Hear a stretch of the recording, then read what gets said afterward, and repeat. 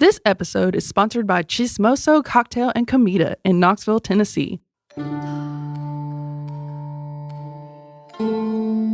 Raven's Vail is a dark fantasy horror anthology podcast that may contain explicit language and thematic elements not suitable for all audiences. Listener discretion is advised. Welcome to Raven's Vail, a dark fantasy Southern Gothic horror anthology podcast set in the shadowy world of the Deep South. A convergent reality situated around what most of humanity has accepted as the truth. Obscured from human eyes, Raven's Vail is a mystical sanctuary intended to preserve the existence of its immortal inhabitants. The Mekori, commonly referred to as witches, have been hunted since before written history. The witches of the Highlands fled persecution to a new land that would come to be known as Appalachia. In these parts, you should always be leery of the things that scare witches. The veil is thin tonight, family. Let's see what darkness lies beyond.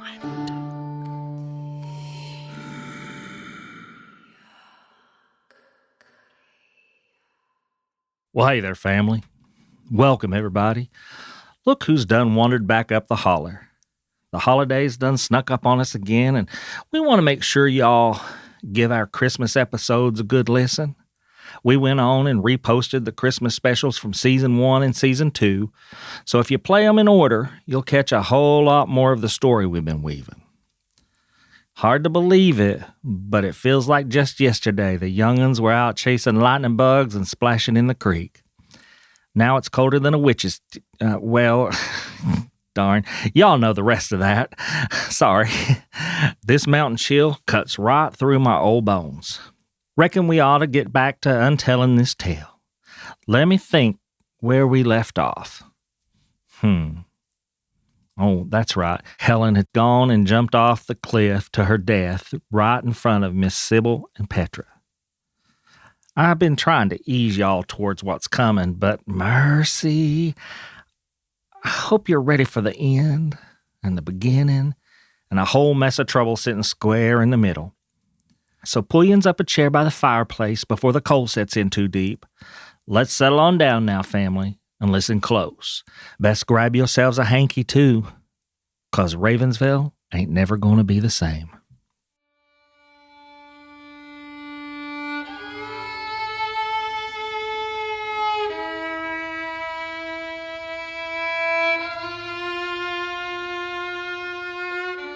Petra and Sibyl stood frozen at the edge of the mountain plateau, their silhouettes etched against a sky that had forgotten how to move.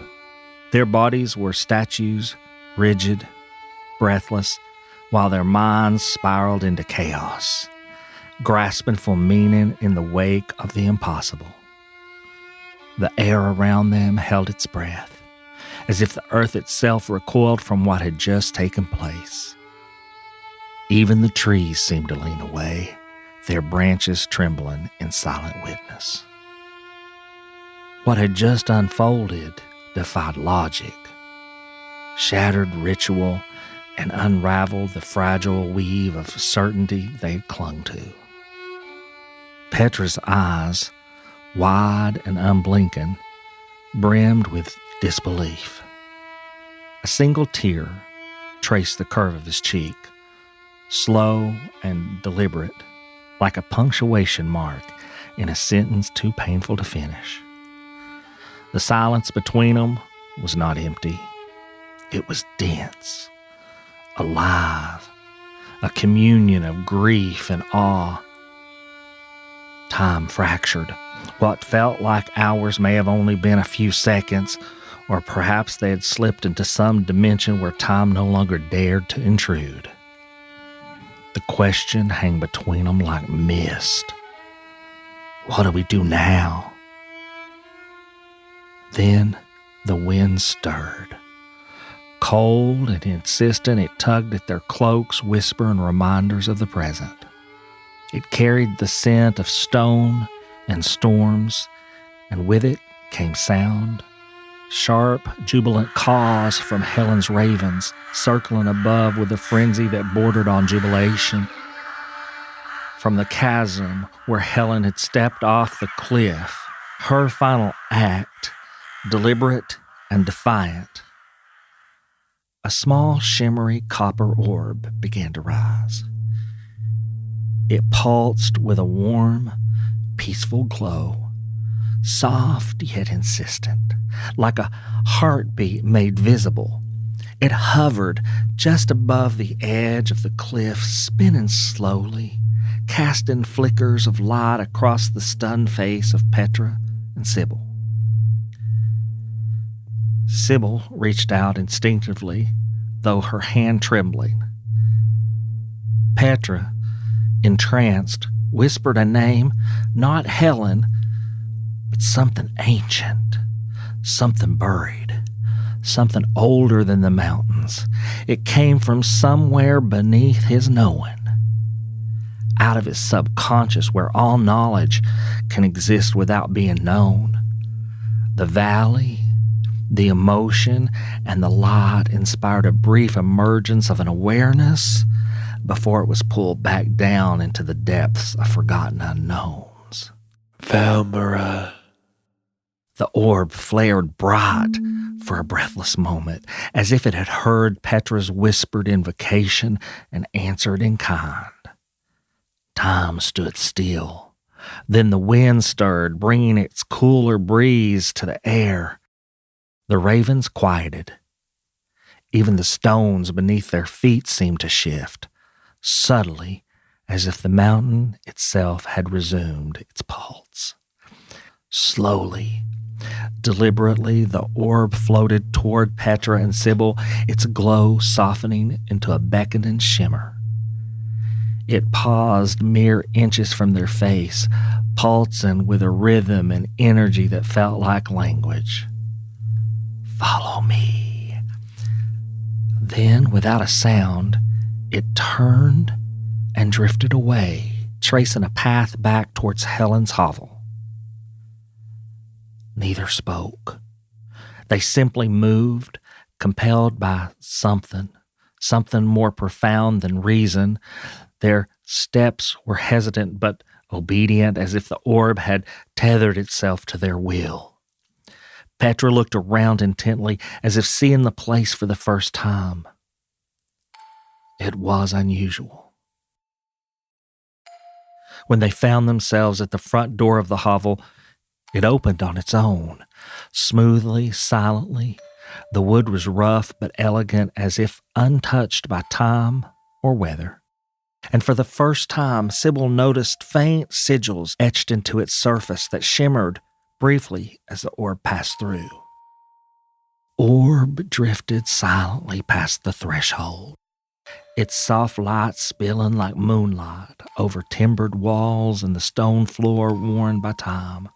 Shadows recoiled as the glow touched them, revealing a room surrendering to winter's breath. In the hearth, a handful of embers pulsed weakly, dying stars in a cold galaxy, echoes of a fire that once roared with life. The orb halted near the bookshelf, half hidden in the cramped space beside the dining table, its glow coaxing ancient dust into a slow, spiraling dance, spinning like memories awakened from sleep and echoes of conversations long since faded. They had noticed the shelf last night. Not really. It had seemed ordinary, even forgettable, tucked away, dimly lit, as if the house itself had conspired to keep it hidden. But now, under the orb's flickering light, it felt less like furniture and more like a reliquary of forgotten truths. The books were strange, yes, but it was the space between them, the hush that hung from the spines that made your skin prickle. Something lingered here. Not just knowledge, but intention. Answers, maybe. Or the kind of secret that only reveal themselves when the room is quiet enough to listen. The orb's light shimmered across the titles, etched in languages neither of them recognized, some angular and sharp, others lupin like vines. Sibyl leaned in, her brow furrowed. Why would anyone need 2 copies of The Anatomy of Forgotten Magic, a study of the Earth Ascension? She murmured. Petra smirked, brushing his finger along the edge of the shelf. Maybe she forgets what she already owns. Or maybe she's hiding something. He reached for the book, but his hands brushed against something tucked behind it. A small carved raven, its wings folded, eyes hollow. Without thinking, he lifted it. A click echoed through the room, followed by a low, resonant groan from the wall itself. Petra froze. Did you hear that? Sibyl's eyes widened. What did you do? I don't know. I just tried to pick this up. He raised the raven again. Another click. The shelf shook, then creaked forward, revealing a sliver of darkness behind it. Sibyl stepped back. What's that? Petra's voice dropped to a whisper. It's a secret room. They exchanged a glance, equal parts dread and thrill, before Petra reached for the edge of the shelf and pulled. It groaned open, revealing the yawning mouth of the hidden room beyond. Inside, the air was thick with the scent of dried herbs, wax, and old parchment. The room was roughly the size of the front room, but it felt larger, like it had been waiting. Shelves lined the walls, crammed with bottles and jars, bundles of ingredients. Some were familiar, like rosemary, lavender, and salt, while others were impossibly strange. Roots that shimmered faintly, powders that pulsed with color, vials that seemed to hum audibly and magically. It was Helen's workshop. At the center stood an altar, carved from dark stone and veined with silver. Upon it rested a pedestal, and atop that a massive leather-bound book. Its cover was etched with symbols that shimmered faintly in the orb's light. Sibyl's breath caught. She didn't need to open it to know that was her family grimoire, the one Helen had promised, the one generations upon generations had written, guarded, and kept hidden from the world. Drawn by something ancient and intimate, Sibyl stepped forward.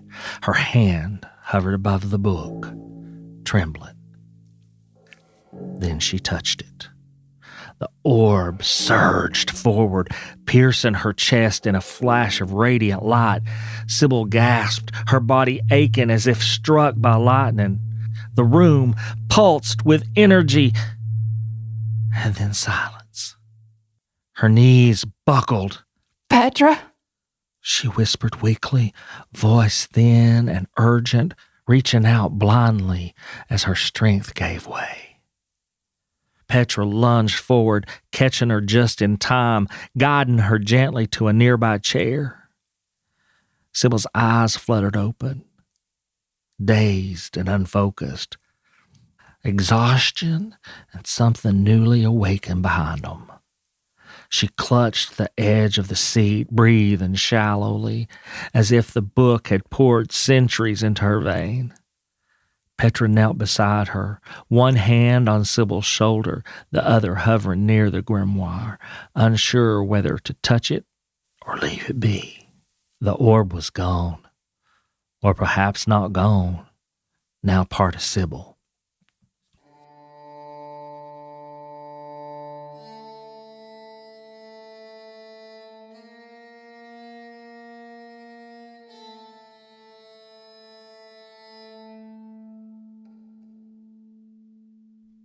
friends and family and kin of Ravensvale, we gather today beneath the weight of sorrow and the light of memory to honour Palmer Ashford, Father, High Priest, and the most steadfast soul in the coven of covens of the Mekori. Palmer was more than a leader. He was a keeper of tradition, a guardian to his people, and a bridge between the seen and unseen. For decades he carried the mantle of the High Priest, not as a crown, but as a burden he willingly bore.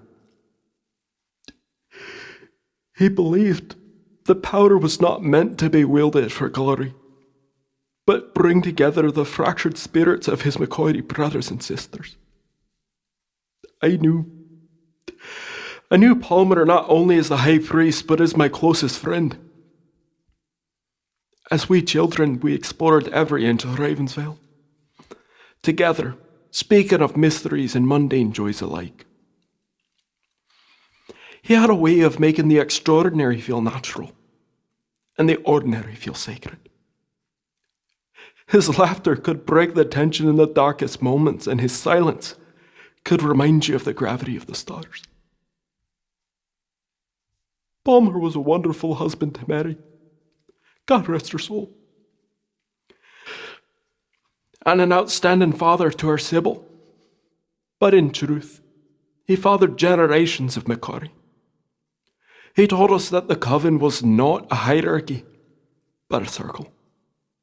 A circle where every voice mattered, that every hand could lift another. He reminded us that the Mekori were not bound by fear, but by love, by resilience, and by the courage to face the unknown. Here in Ravensvale, his presence was like an old oak at the town's edge, rooted, immovable, sheltering. And though the oak has fallen, its roots remain. Palmer's wisdom, his love, and his compassion, they live on in each of us, in the very soul of this place. Let us use the timber he has left before us and build a future. I'm gonna miss him. I will miss his counsel. I will miss the way that he would pause before entering, as if listening to something beyond the veil. I will miss the warmth of his hand on my shoulder when doubt clouds my path. But I will not say goodbye. For Palmer taught us that death is not an ending, but a turning of the wheel. His spirit walks with us still, in the hush of the forest, in the flicker of the candle, in the courage we summon when the night feels too long. So let us honour him not with despair, but with devotion. Let us carry forward his legacy of compassion, of strength, of unyielding faith in the circle. Sorry. Now in this hour, no longer can we stand idle while the shadow of Rock Crossell spreads his poison. Palmer's sacrifice could not be in vain. His blood consecrated this cause, and his spirit demands our fury. From this moment forward, every breath we take, every step we forge, must thunder with one vow: to annihilate Rock Crossell, to tear his name from the earth, and to end its reign of terror forever. Palmer, my brother, my friend, may your journey be gentle. May your spirit find rest, and may your light guide us until we meet again. Thank you.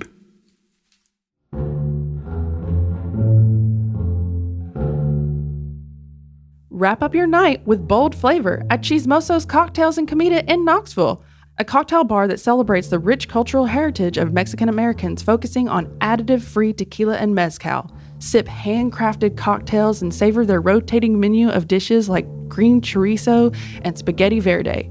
Find them on South Gay Street. Chismoso, where every story ends with a toast.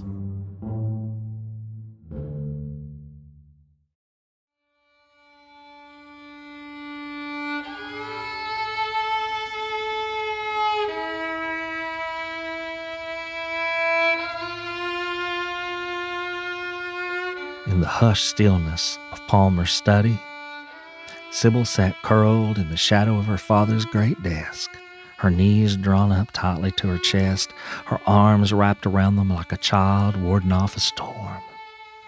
Her cheeks were slick with tears that refused to dry, and her breath came in shallow, uneven pulls. The room smelled faintly of old paper, sandalwood, and the ghost of her father's cologne, scents that clung stubbornly to the worn leather chair and the spines of his books as if they too refused to let go. It had been months since Palmer had fallen into a coma after his injury in battle. His body had lain in Nadira's shrine, suspended between the worlds of the living and dead. Palmer had been carried from the battlefield, unconscious but breathing. The wounds he bore were minor, cuts, a slash across his ribs. It had all seemed inconsequential. The healers had been puzzled. He should wake, they said. There's no reason he shouldn't, but he didn't. Not that day, not ever. They tried everything. Elixirs, incantations, spells, but nothing reached him. Sibyl had sat by his bedside for months, except when she had gone to retrieve the family grimoire, whispering stories, singing songs, begging the silence to break, hoping he could hear her through the veil. His body remained whole, but his spirit had already begun to drift. And then, quietly, painlessly, he slipped away. The house downstairs was full of mourners, neighbors, elders, distant cousins, and those who had once followed her father without question. Their voices were hushed, their movements reverent, but Sibyl couldn't bear their presence. Their sympathy felt like pressure on a bruise. She had fled upward to this room of memory and quiet, where her father's presence lingered like a shadow in every corner. Mekori tradition demanded 3 days of vigil. The body, now resting in the Mekori temple, would never be left alone. Loved ones would take turns sitting beside it, speaking prayers, telling stories, keeping the soul company as it journeyed beyond. Meanwhile, the home of the deceased became a sanctuary for the living. Friends and kin brought food, lit candles, and tended to the grieving. It was a sacred choreography of care. The temple bells had begun their hourly tolling, low, resonant, and inescapable. They would ring for 72 hours, marking time not as a measure of life, but as a passage through mourning. All the clocks in the house had been stopped at the moment of Palmer's death, 3:17 a.m., frozen in brass and glass. The mirrors had been taken down, their absence leaving pale rectangles on the wall. It was said that a soul, confused in its departure, might become trapped in its own reflection. Sibyl pressed her forehead to her knees. Something was wrong, not with the rituals. They were being followed to the letter, not with the mourners. They were kind and respectful, but something deeper, something just out of reach gnawed at her. A thread tugging at the edge of her mind, a whisper she couldn't quite hear. She tried to focus, to name it, but her thoughts were a tangle of grief and exhaustion. And still the bells tolled. The vigil ended, and the mourners began to drift away. Quiet goodbyes, lingering embraces, the rustle of cloaks and ceremonial shawls. The house, once filled with soft footsteps and whispered prayers, settled into a heavy silence. After the third day, the final bell tolled. Only Aunt Ruby B. and Jude remained, their presence as steady and warm as the sun through a storm cloud. Aunt Ruby B. moved to the house with gentle authority, tidying, offering, folding blankets, and making sure Sibyl ate something. Anything. They didn't ask questions. They didn't offer platitudes. They simply stayed. And Petra, of course, was there. He had been there through every hour, every ritual, every moment Sibyl thought she might break. Petra had held her hand in the temple, stood beside her when they stopped the clocks, and now sat curled beside her at the edge of the bed, his eyes full of knowing. They didn't speak much. They didn't need to. That night, Sibyl finally let herself relax for the first time in months. The house was too quiet. The absence of the bells made the silence feel unnatural, like something sacred had been severed. She pulled the quilt over her shoulders as Petra tucked her in, and she closed her eyes. Sleep came quickly. When she opened her eyes, she panicked. She was back in the woods, beside the old house from her night terrors. But it wasn't the same. She was walking along the little footpath that led up to the house. Gravel and twigs crunched under her bare feet. But the wind was completely still, and the sky was heavy with golden amber as dusk quickly took over the early winter stillness.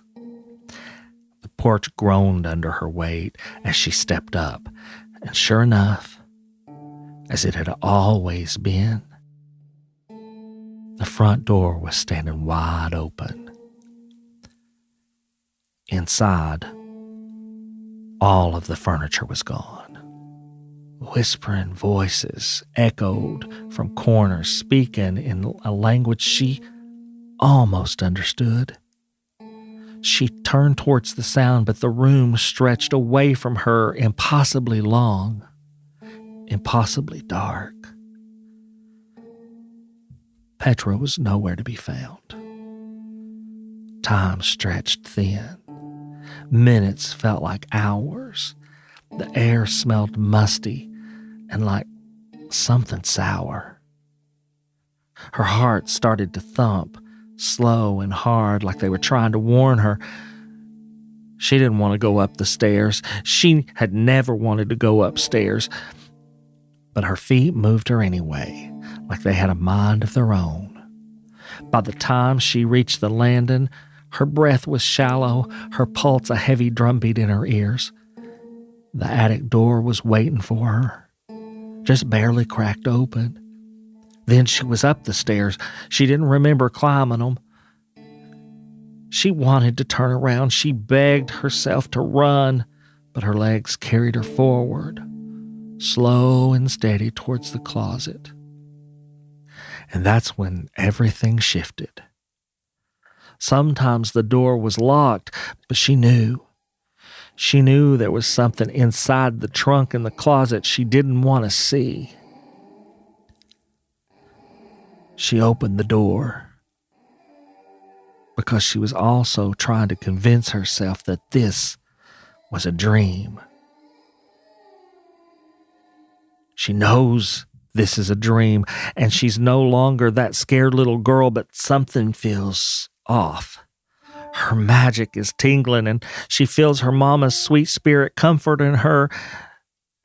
She sees the trunk, and she opens it. And the world whispered of its own undoing, collapsing into nothingness.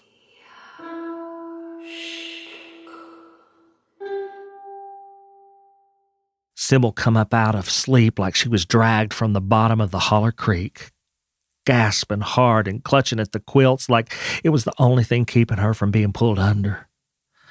Her breath rattled, eyes wide and wild, darting around the room as if something mean had followed her out of the dream. Petra near about tripped across the floorboards and dropped to his knees beside the bed. His hand settled gently on her arm and leaned close, voice low and steady, trying to anchor her back to the here and now, though the air still felt thick with whatever had chased her awake. Sibyl, hey, it's all right. I'm here. You're safe. Petra, I can't breathe. It was the house again, that house from before. Look at me. You're not there. You're here with me. Aunt Ruby B and Jude are downstairs. You're safe. Just breathe. In and out. In and out.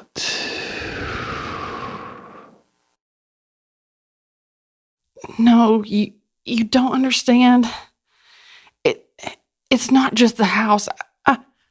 I saw him. I saw his eyes. My dad, he was in the trunk. His eyes, Petra. I don't believe he's dead. Sibyl, listen to me. You've just had a bad dream. With everything you've been through, it's natural. But what if it wasn't just a dream? What if he's out there? It's natural to want your papa to be alive. That hope, it's part of you. But right now, what matters is that you're safe. You're not alone in this.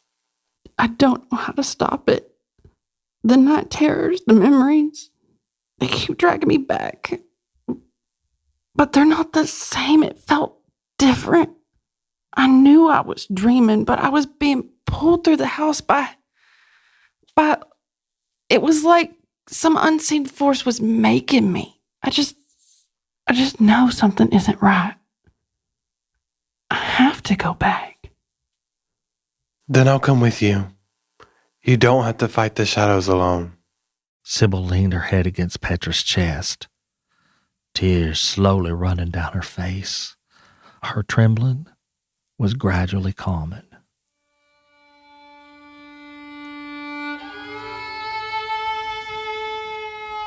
Palmer's eyes snapped open into suffocating darkness. The air was stale, pressing against him from every side. For a moment he thought he had been buried alive, trapped in a coffin, but when the truth clawed at him, his body was twisted into a grotesque knot, arms and legs folded unnaturally, as if someone had crammed him into the space. He tried to scream, but his throat betrayed him. His throat worked, his chest heaved, yet only silence answered. Panic surged, clawing at his chest. Then, thud. The noise reverberated through the walls, sharp and deliberate, like a fist against wood. Palmer froze, pulse hammering so violently he thought it might shatter his ribs. Someone was out there. Someone knew he was here. Seconds stretched into eternity. His mind fractured time, each heartbeat dragging longer than the last. Click.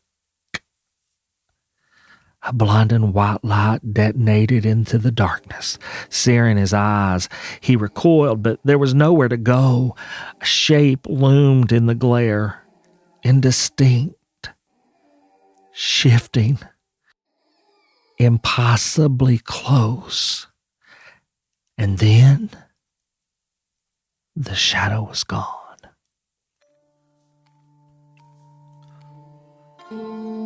Well, alrighty, family. That's where we're going to leave you tonight. The fire's burning low and them young'uns best be heading home before the wolves start howling.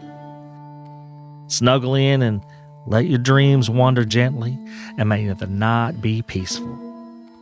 Drop back in anytime, and I'll share more tales about Ravensvail. Now, family, you adults have a few chores to do. Go on over to ravensvail.com and see about doing your chores on social media. Follow us on all the social media platforms that we've made available just for you folks. Like, listen, subscribe, and follow wherever you listen to podcasts. And if you don't mind, leave us a good rating and a kind comment. You can find the Ravensvail podcast on your favorite podcast platform. If you haven't already, just search for Ravensvail Podcast. And again, make sure you hit the follow button to stay up to date with our latest episodes. Oh, and tell your friends about us, won't you? So until next year, family, we hope that you have a Merry Christmas and a very Happy New Year. The Ravensvail Podcast is a production of Small Raven Media. Today's story was written, directed, and narrated by Ed Bolden-Greer. The voice of Sibyl Ashford was performed by Kristen Newby. The voice of Petra Hunley was performed by Presley King. The voice of Jude Griogor was performed by Jeryd Bolden-Greer. Audio engineering and sound design by Nick Devan at Nicky D Sound. Copyrighted 2025 Small Raven Media. All rights reserved.